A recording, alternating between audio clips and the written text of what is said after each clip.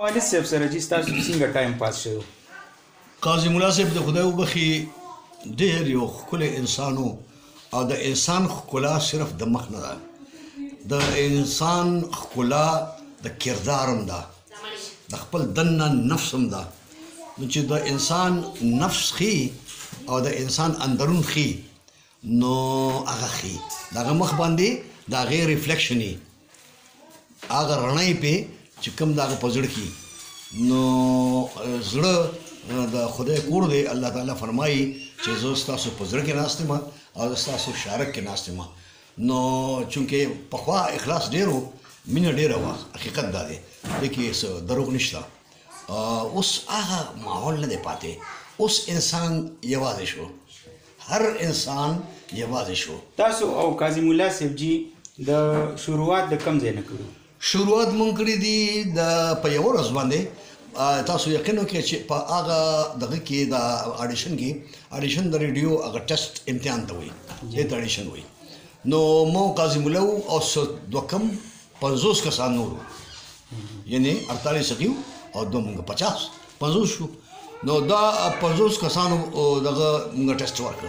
چې ټیسټ یې ورکړ نو هغه وخت کې دا اډیشن ډېر ګران و، نو 50 کسانو ټیسټ ورکړ، نو بیا هغه شارټ لیست کړو، کم یې کړه، نو غالبا 15 پاتې شو. بیا یو بل ټیسټ یې واخیسته، نو هغې کې 15 پاتې شو.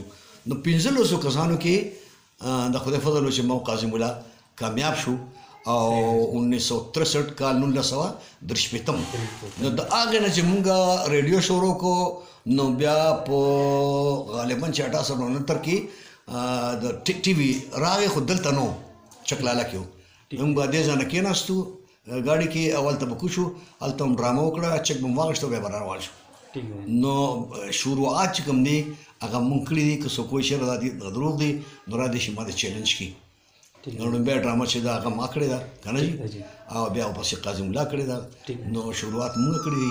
او چې راتلو د هغه ځای نه لکه دا چینل چې پېښور کې جوړ شو، چې راتلو نو هم پورې مونږ لومبۍ ډرامه کړې ده.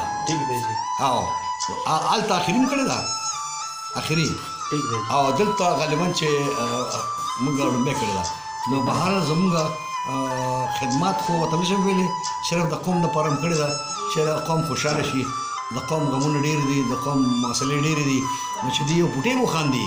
مونږ ته خپل یو پرنسپل ویلي و چې اس زمانے میں اگر آپ کسی کو 1 منٹ کے لیے ہنسا دیں تو یہ ثواب کا کام ہے. تو میں سمجھتا ہوں زه دا ګڼم چې دا یو ثواب کار دی چې څوک وخاندي او یو پوټی خوشحاله شي. د انسان خوشحالي د خدای خوشحالي ده، د خدای مهرباني ده، الله تعالی پرې خوشحالېږي.